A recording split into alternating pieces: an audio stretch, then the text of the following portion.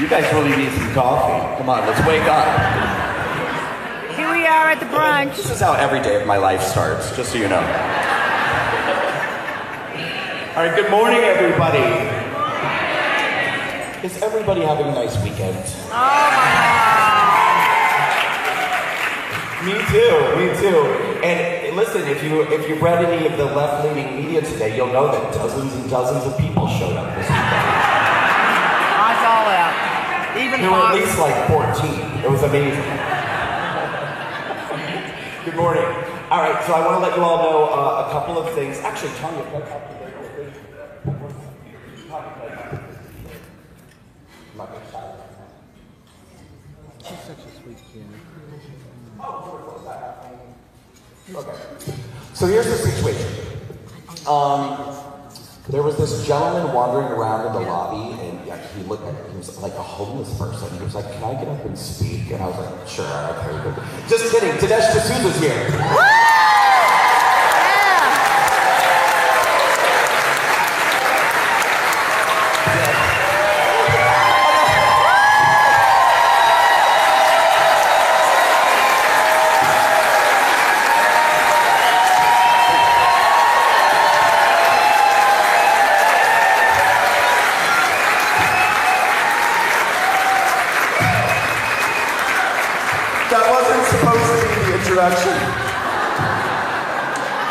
I wasn't gonna go straight from homeless person to okay. Sorry, Dinesh, just a second. Sorry, I'm losing my voice. That was supposed to introduce the introduction. So I'm so sorry. So what I was going to say is that over the summer, I think in July or August, I spoke to Dinesh D'Souza for the very first time because the Walkway campaign was blowing up. One of us reached out to the other, and I think there was a mutual admiration. I love Dinesh D'Souza. He's expressed great support and admiration for the Walkway campaign.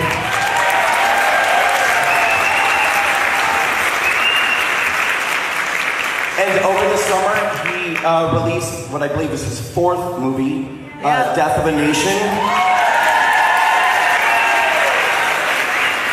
Which is incredible. All of Dinesh's movies are incredible.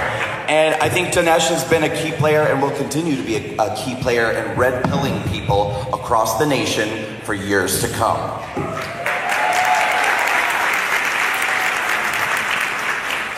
I have enjoyed meeting all of you so much this weekend, and the weekend is not over. I've loved talking with you. I've loved taking pictures with you. It's been amazing, and we can continue to do that throughout the day, but I love you too, but I am going to ask you all for a favor right now. Dinesh has done us an enormous favor by coming here today and speaking. We are so grateful.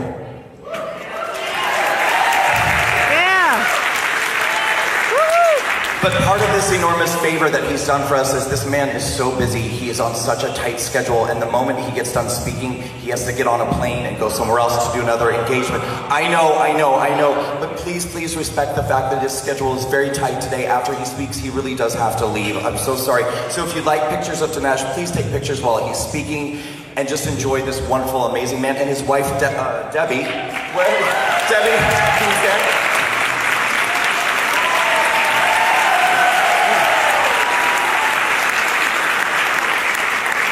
For anyone who has not seen Debbie, wow. This is incredible. This is amazing. I'll give you my business card. This is deplorable. Wow. Are you guys ready for the midterms? Love you, Dinesh!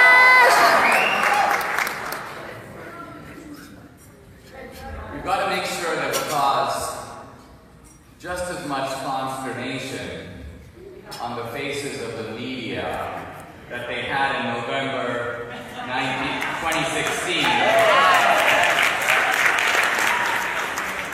after their relentless efforts to drag that crooked hag across the finish line.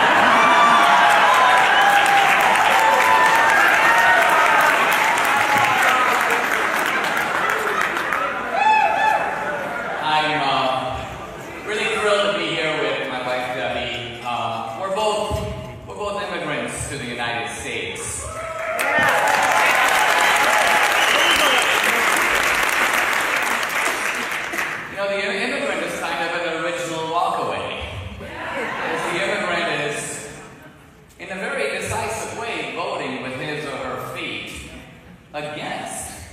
their home country and making a conscious decision to move to this country.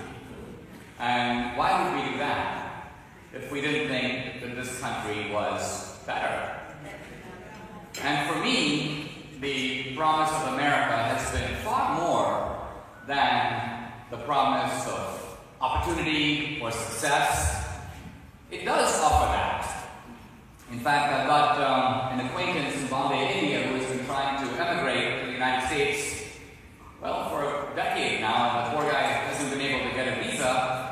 And finally I said to him, I said, gee, why are you so eager to come to America? He goes, Dinesh, I really want to move to a country where the poor people are fat. So yes. Wave. This is a country of abundance. That's Albert. He's from Israel in San Francisco. And that's my friend Kat, who I came with. Say hi. This is a country where we are the architects of our own destiny. Yes, sir. In the driver's seat of our own future. And this is the American dream. I mean, think about it. No other country really My has arm's a dream. getting tired. The Chinese don't have a dream. Yeah. If the French have a dream, we don't want to know about it.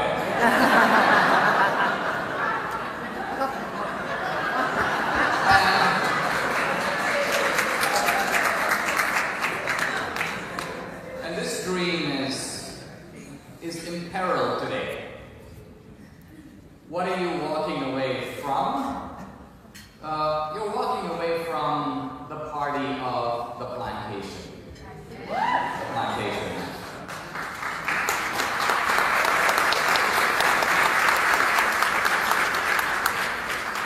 And here's the word about the plantation. The plantation has never ceased to define the organizing principle of the Democratic Party. This is actually a fact that is suppressed by progressive historiography. Most of what we see in our textbooks, most of what we see on the History Channel, Wikipedia, this is progressive history. History that is spun in such a way that it camouflages all the facts that are inconvenient to progressives. And a lot of my work is aimed not so much at fake news, but fake scholarship, fake history, demolishing these bogus narratives. And so let me lay out briefly this story of the plantation, because it's by now quite widely known that the Democratic Party was the party of the old slave plantation. The Democrats were the champions of slavery, both in the North and in the South. And in fact, the reason for these raids on Confederate monuments is it's an effort to conceal that fact. It's an effort to take the crimes of the Democratic Party and foist them entirely on the South. But when Abraham Lincoln listed the 4 horsemen of slavery, the 4 bad guys of slavery, he named Roger Taney, who was the author of the Dred Scott decision, a Southerner from Maryland. But the other 3 guys that he named were Northern Democrats. Franklin Pierce, the former president from New Hampshire, James Buchanan, the sitting president from Pennsylvania, and Stephen Douglas, Lincoln's supreme antagonist from Illinois. So Lincoln's point was that the Northern Democrats were in bed with the Southern Democrats. Lincoln called them the fire in the rear. And he told Senator Sumner that they were more dangerous to him than the Confederacy. So the Democratic Party did this. It championed the plantation. But the important thing is that when slavery ended, the plantation didn't go away. The reason it didn't go away is because of the genius, if you can call it genius, of one man. And that was the successor to Andrew Jackson, Martin Van Buren, the leader of the New York Democrats. So Martin Van Buren went south, and he saw the slave plantation. And he saw the political power that the Democrats had mobilized by bringing the planter class together. And Van Buren said, this is genius. Now how do I take this up north? Now obviously in the north, at the time, we're talking about now the middle of the 19th century, about 1830, there was very little slavery left in the North. Most of slavery had been abolished in the North. And so Van Buren realized that he didn't have slaves, but he did have immigrants. Because immigrants were pouring into the United States, disgorged by a lot of turmoil and famine and disaster in Europe, the Irish potato famines and so on. And so here come the Irish and the Italians and the Jews. And they are poor, they are helpless, they are dependent, they're looking for security. Many of them don't speak the language. And so Van Buren came up with a brilliant scheme. It was a scheme lifted from the old slave plantation. And here's what I mean. The old slave plantation was based on a very simple rip-off scheme. One guy does the work, the slave, and the other guy steals the fruit of his labor, the planter. And that's why Lincoln defines slavery like this: you work, I eat. So for Lincoln, the core of slavery is theft. And Van Buren realized that he couldn't take that system where A rips off B in a simple way to the North. He needed to modify it. And so he modified it in this way.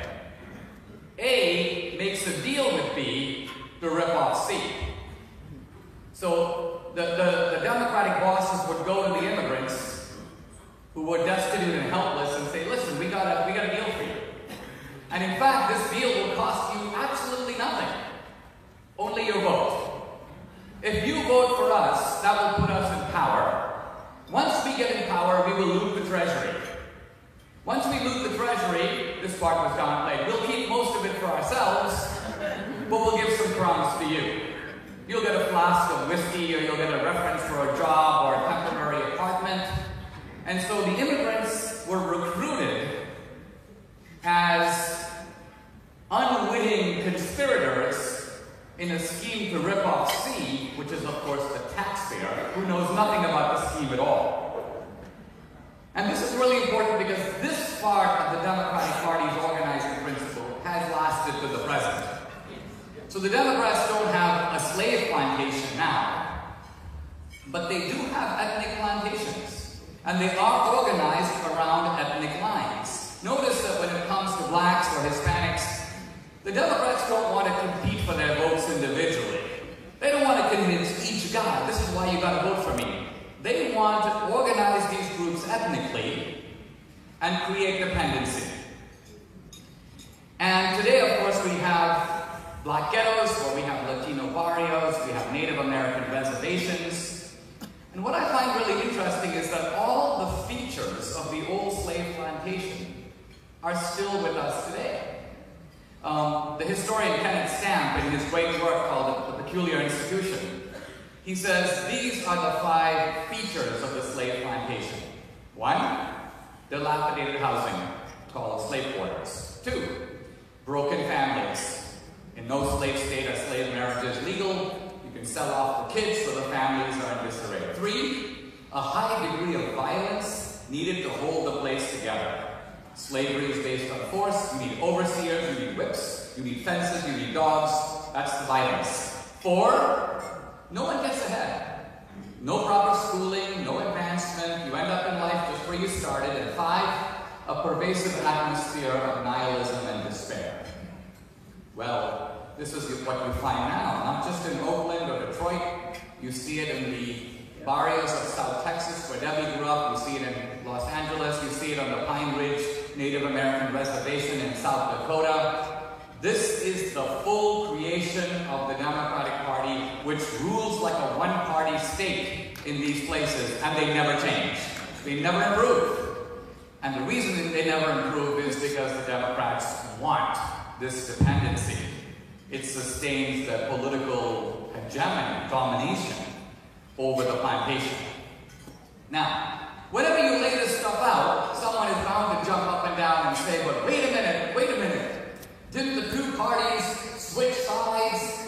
Isn't it true that Abraham Lincoln was a liberal? Isn't it true that there was this great shift of the 2 parties? My arm's getting tired. That's why I it's want to test shaking. this thesis by looking for a moment at Lincoln himself and looking at Lincoln's way of distinguishing the 2 parties to see if that way is still correct today.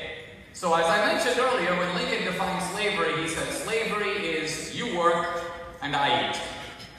There's about 500 people said, here. This is the credo of the Democratic All kinds Party. of people. See this This guy? is what they stand for. Gay, And the straight, Republican Party, white, according to black, Lincoln, stands for this, quote, the hand Indian. that makes the corn has the right to put the corn into its own mouth. No one's watching.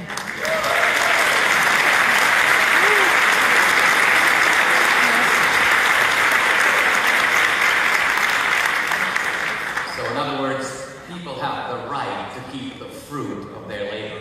And what's incredible is that even though the parties do change over time and the issues change, we can fast forward 150 years from Lincoln, and the idea that people get to keep their earnings and keep their stuff, that's still the credo of the Republican Party today. That's what Trump is fighting for. And, in a strange way, the concept of you work, I eat, in other words, the concept that one guy puts in the effort and Income somebody else redistribution. appropriates the product of it and disposes as they wish. That's still the credo of the Democratic Party today. That's what they stand for now.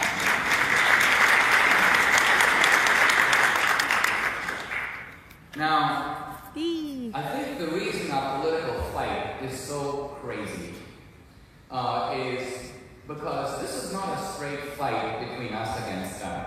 It's not Republicans versus Democrats. If it was just Republicans versus Democrats, all we would have to do is take out our political fly swatter, and that would be the end of it. The Democrats have very powerful allies in academia and the media and Hollywood. And the power of the media is ultimately the power to humiliate. The reason that Republican politicians have been terrified for years is they know that the media has the power to destroy you, to disgrace you, to humiliate you, to So true. that your own side will bury you. So the left has the Democratic Party, they've got the media, they've got Hollywood, but I gotta say, thank God, we have Trump. Yeah.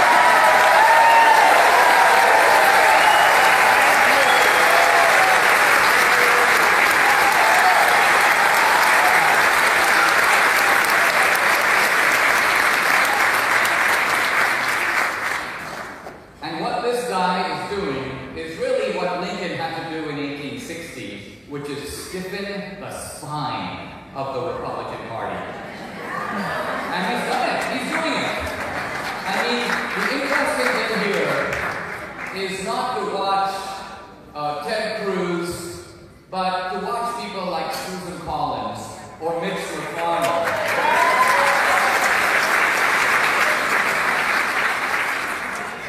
And did Lindsey Graham remember to take us back?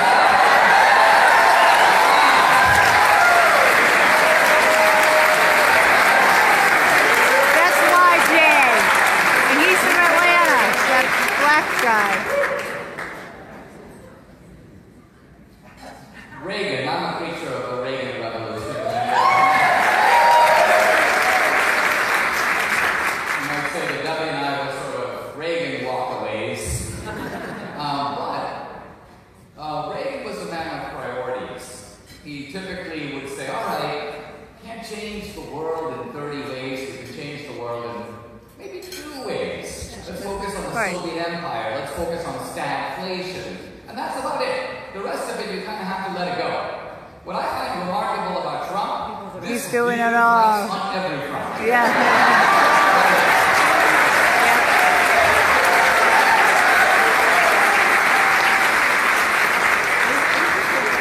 And so he's doing the Pacific Trade Act, and he's nicking away the Obamacare, and he's pushing in tax reform, and he's fixing the court. But what's cool is that while he's doing all this, he finds time to swat Meryl Streep. Boom!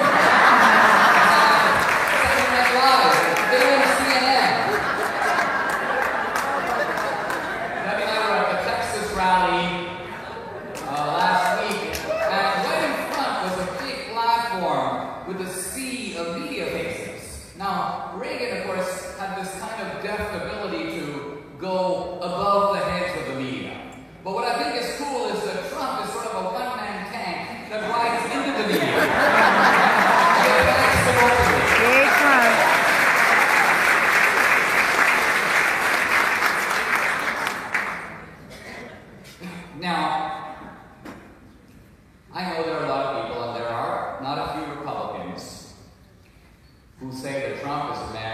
deep human flaws. And I would like to address this topic head on. I think it is remarkable that, well, first of all, the context for this discussion is the fact that the Republicans have tried now for decades to appoint the squeakiest of clean Boy Scouts. Dole, McCain, Romney. I mean, Romney's so squeaky clean. If I was writing his college recommendation, it would be something like, not since Jesus Christ. And yet, when Romney flagged up the podium and put himself in the public arena, the left jumped into the arena and beat him to such a pulp in 15 minutes, calling him the vilest of names. You scoundrel, you rapacious, greedy guy, where do you get Trump just gave it back. You're ripping off the poor man, you're stealing from the middle class, and there was Romney in sort of genuinely embarrassment, on the defensive, up against the wall, explaining, apologizing. Now notice that this kind of attack has not even been attempted against Trump. So Bill Pound's back. You can't say to Trump, where did you get all that money? Trump has more money than Romney. But you can't accuse him of being a rich guy because he'll sit you down and explain he's even richer than you thought.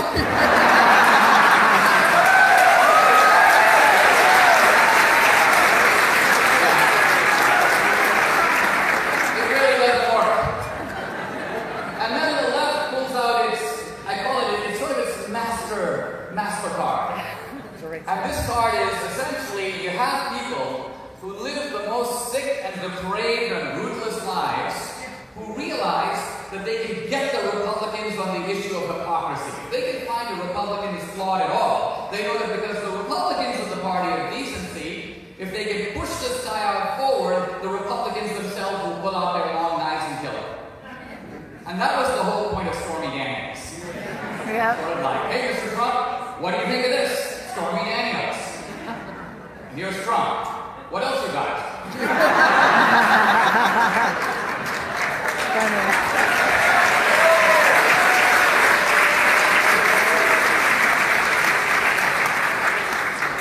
Now, I mentioned Trump's flaws, and one of his flaws, let's be honest about it, the man does have a rather healthy ego. One might even say he has a Himalayan ego. In my movie, I morphed the heads of Lincoln and Trump, and some conservatives were a little outraged. They're like, Ganesh, he's serious. This is ridiculous. How can you possibly compare, put on the same screen, Trump and Lincoln?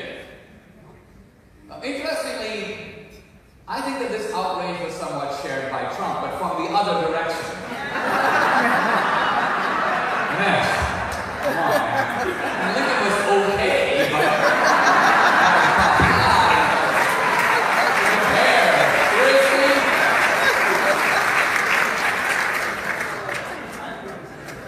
And yet, notice how this human vice becomes a political virtue, because in this environment where Trump is savaged every second of every day on every platform by not just by babyface Jim Acosta, but he's savaged by every late night comedian, he's savaged at the Emmys, and your own party's attacking you at the same. So in this situation, it kind of helps to have this insulating ego that allows you to push forward undeterred. It's a good thing.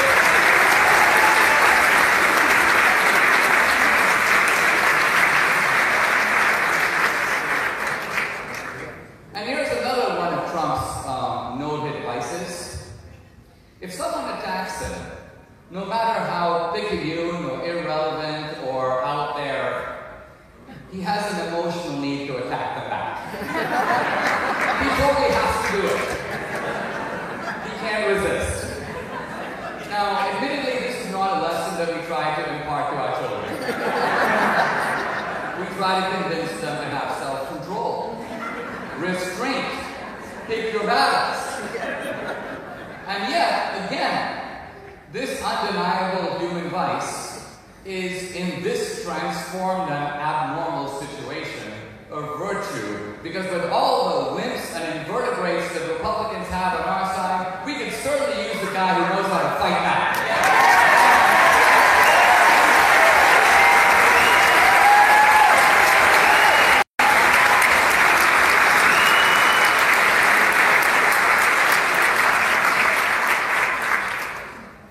Now, you're walking away from one thing. A thing that hasn't really worked.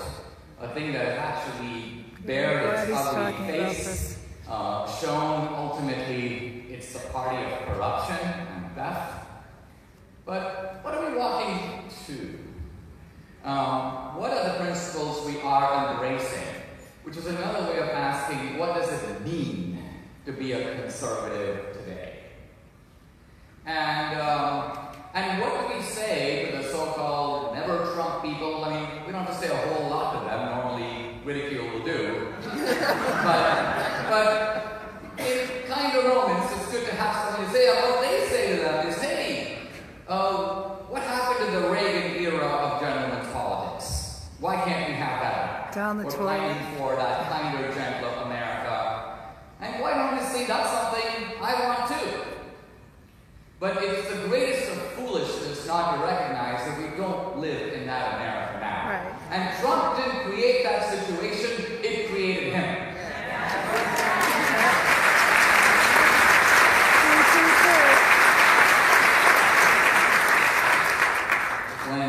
When Lincoln was first elected in 1860, he was literally surrounded by what can be called the rhinos of 1860, who said to Lincoln, there's trouble ahead, you have to now abandon the Republican platform of 1860.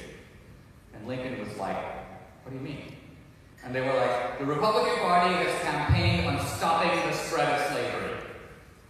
We have to let that go. What we have to do now is take the Mason-Dixon line, the Missouri Compromise line, and push it all the way to California. North of that line, no slavery. South of that line, slavery forever.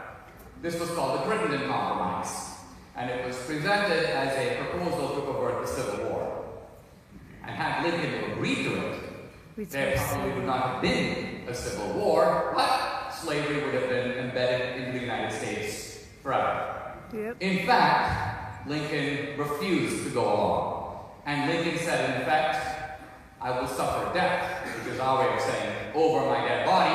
Right. And what Lincoln said is, we just had an election. We put this exact issue before the American people. The American people, through an electoral majority, decided. It is a mandate, but it's not my mandate, it's their mandate. Our job is now to carry it out. Carry it out.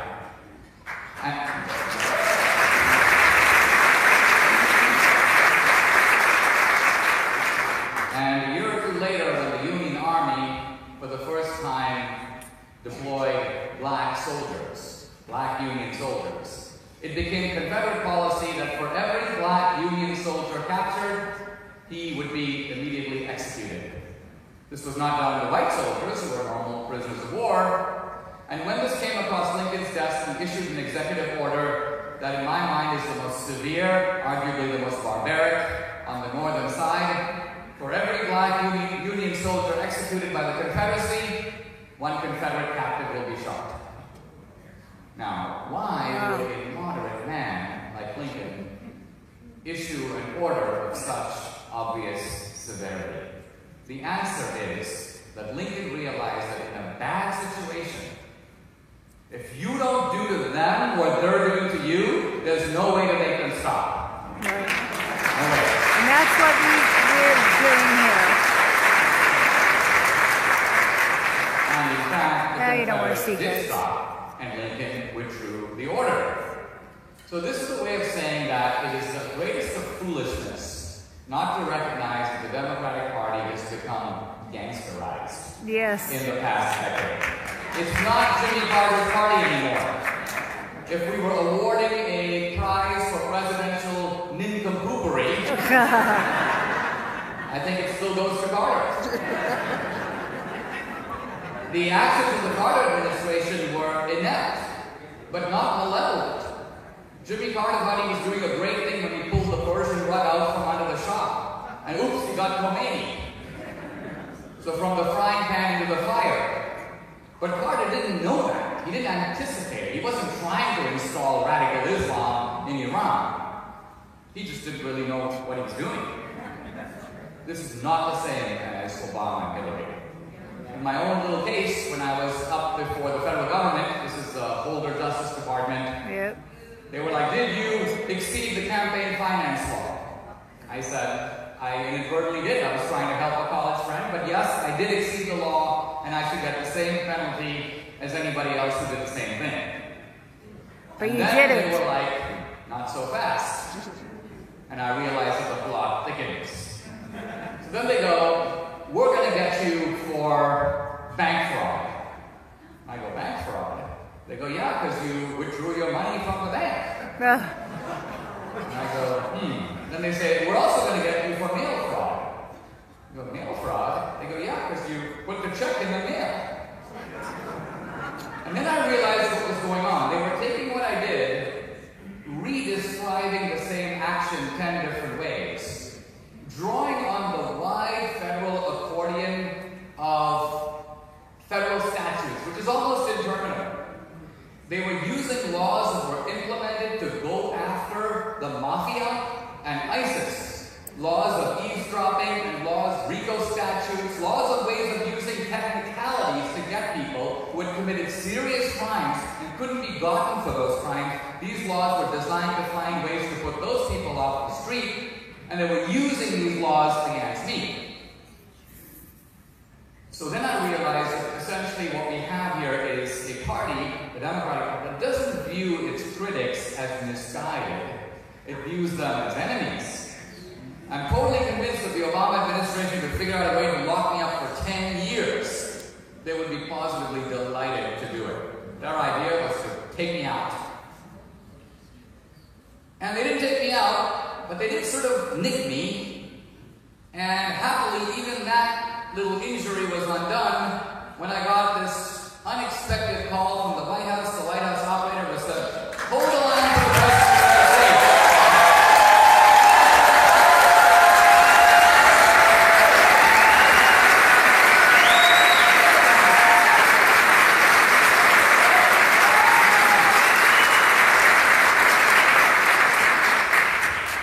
And here comes Trump, and I must say he was in a very Trumpian mood. He goes, hey Nash, how's it going? He goes, I'm sitting here with John Kelly. He goes, you know John Kelly, don't you? And I'm like, I don't know John Kelly. I know who he is, but I don't know the guy. And he got right to the point. He goes, man, you got screwed.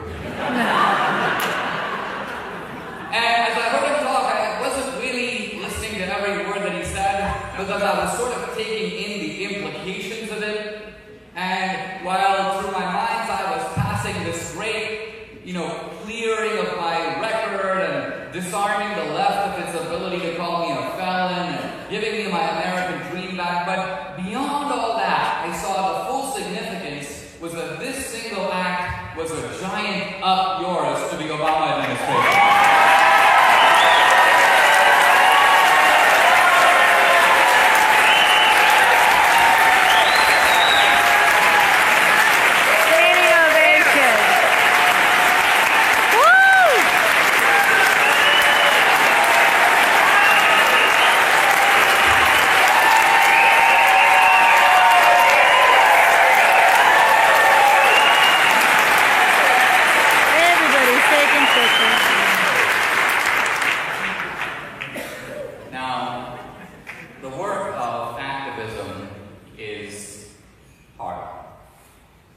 Sorry. It's kind of thankless.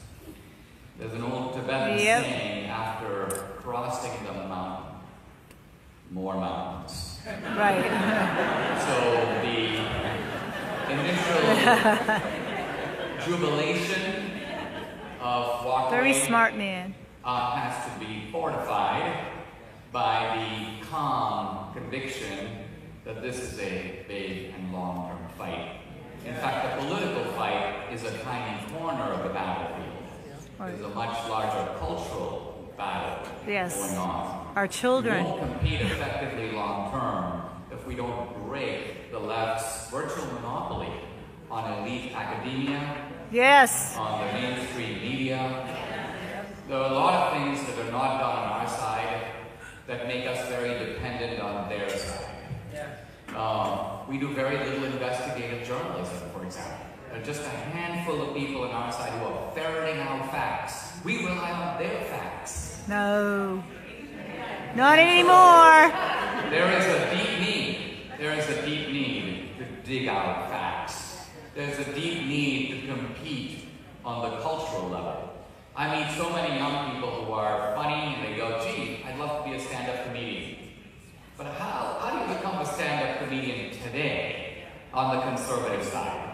How do you become what Bill Maher became? Well, Bill Maher got his training in innumerable improvs in LA and New York. He was like the Beatles, 8 days a week. Those channels are not open to us. We have to create them. We have to create web channels, comedy channels, lifestyle channels.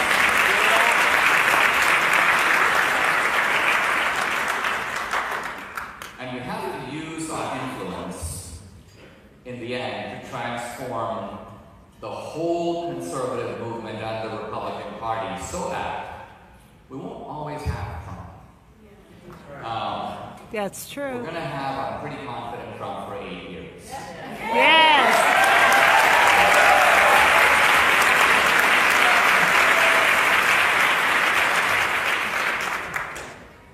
The election could be really close. Avenatti might be. No. Albert, say hello. Someone from Israel is watching. Yes, my friend from Israel. Say hi. Hi, Susan. Will be that in 2024 we have. And this Sorry, we I'm have taking this a little bit too transformed fast. Conservative movement and a transformed Republican Party, transformed in large part by Trump, so we can then push on without him. Yes.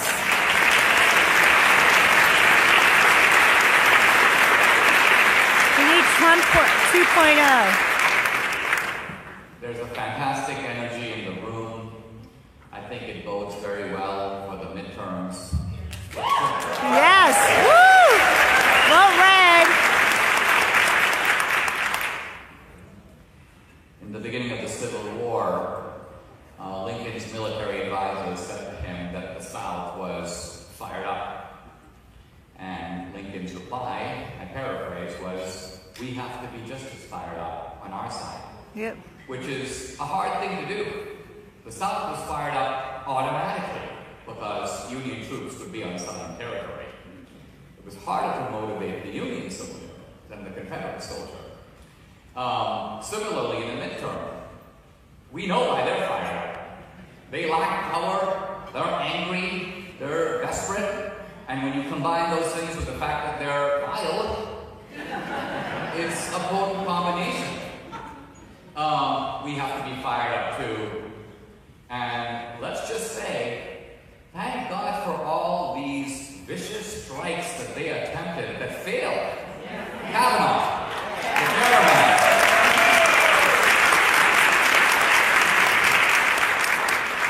Even this latest bomber, or perhaps I should say non-bomber.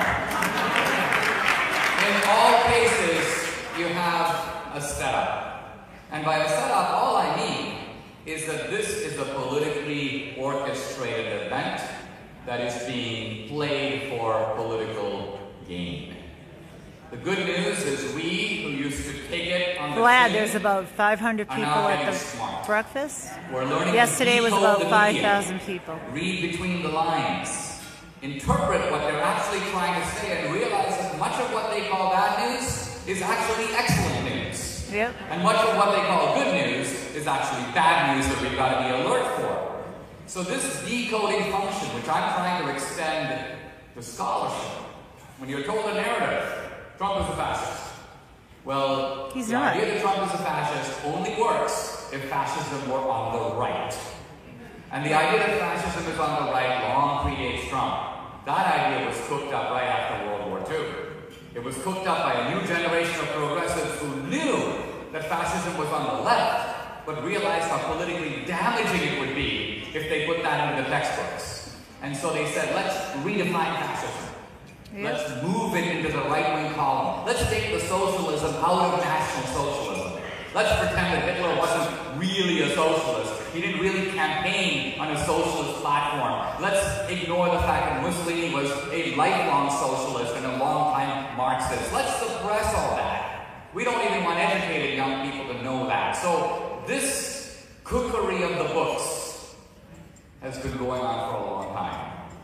And walking away isn't just embracing Trump, it's also recognizing that you have to reorganize the facts in your head. Put a new lens into the camera, look with a new skepticism at the things that are out, that are taught as things that people know. When I speak on campus, one of my biggest challenges is that young people, smart young people, know things that aren't true. But they know it with such brazen copies that they say things like, don't you realize that the racist Dixiecrats all became Republicans? And they say this with such conviction and such confidence, and I think to myself, you virtual moron. How did you become so sure about something that you can pull out your phone? You can, in 1 second, Google out the Dixiecrats. You can count in 5 seconds how many of them became Republicans, and yet you have the audacity to stand up in a public forum against someone who's much older and better educated than you, and lecture him about how it is. And I think to myself, how does someone get that way? And the answer is this. They get that way because of what can be called the ricochet effect. So a progressive academic writes a book that fascism is on the right, or writes a book about the big switch. And his like-minded faculty colleagues go, brilliant book, this settles the debate. And then the New York Review of Books writes a flattering review, and he's interviewed on NPR. And pretty soon, Michael Moore comes rolling in to make a documentary. and then the History Channel is interested, or Steven Spielberg puts an episode in it. So here's my point. The ordinary intelligent guy goes, oh yeah, that's gotta be true. My professor said something, I was in Barnes & Noble, I saw it over there, I turn on NPR, and there it was, and there I type into Wikipedia, and there it is. And so the fact that the same bullet is ricocheting off one wall to the next wall to the next wall, this guy thinks he's getting corroborating evidence. This it's an echo chamber. Almost reminds me of Susan Blasey Ford. I told my husband, I told my best friend. But that's not external corroboration. That's just you repeating yourself all over again. And similarly here, you have the same fact coming back at you, but people think it's got to be true. I've gotten all the corroboration I wanted. So changing people's minds from the inside out, that's a longer-term task. And that's one, but it's a noble task, because ultimately it puts conservatism on the side of truth, skepticism, open inquiry, fairness. At the end of the day, our platform is actually very moderate.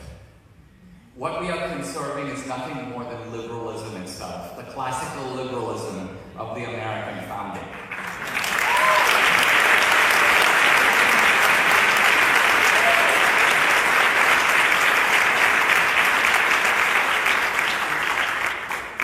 Having said that, let me conclude with something that William F. Buckley said many years ago. He came to speak on the Dartmouth campus, and he raised the question of what does it mean to be a conservative in a liberal culture? Very interesting question, because normally a conservative conserves. But his point is, what if you happen to be in a culture whose assumptions are shaped and dominated and set by the left? Now what do? You conserve that, you'll be conserving progressivism. So what does a conservative do in that anomalous situation? And Buckley's answer was, you sort of have to stop being a conservative. By which he meant, not relinquish your principles, but you remain a philosophical conservative, but temperamentally, you have to be a radical. You have to do things differently.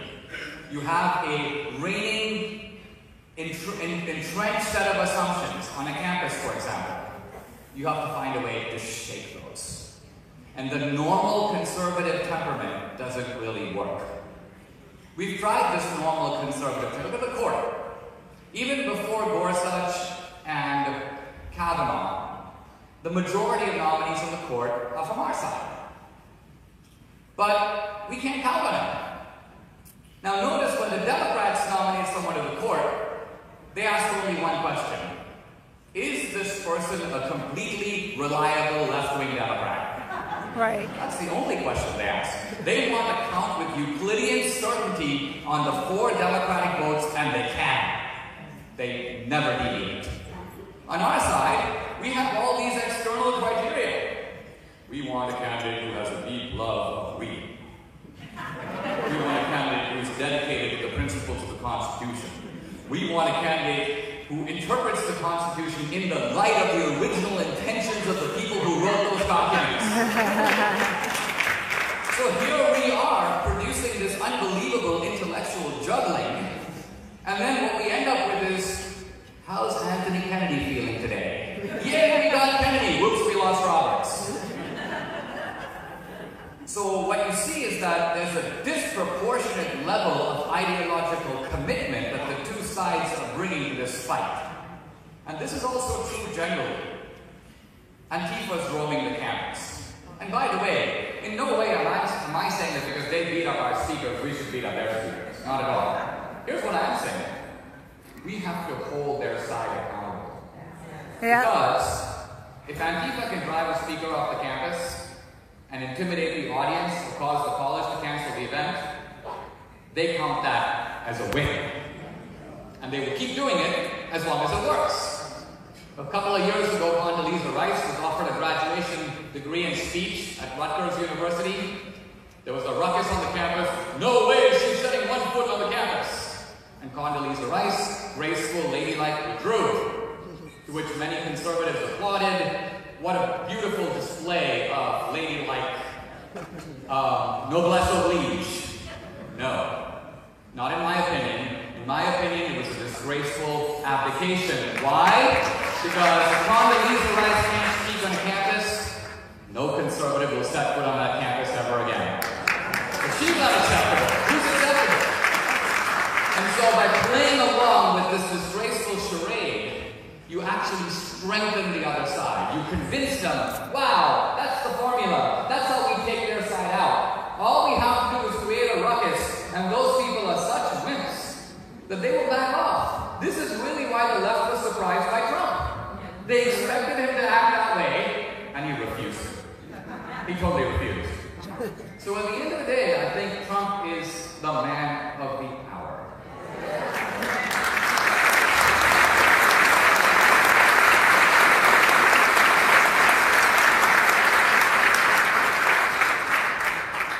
Just as General Grant was.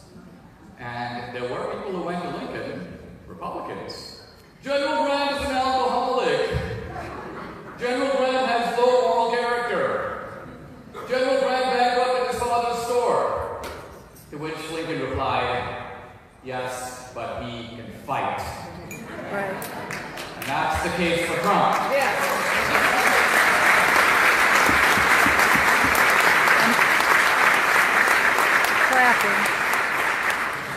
So welcome to the fight. Couldn't have been at a better time. We need you on our side. The Reagan legacy is actually being restored by a man who's very different than Reagan. But Yeah, moving those Reaganite principles forward in this moment and in this time. I think when we look back, we will see that it was a critical time. And by tragic necessity, the responsibility of fixing it falls on our shoulders, and I hope and I pray, but at the end of the day, I'm also confident that we are totally up to the task. Thank you. God bless Trump!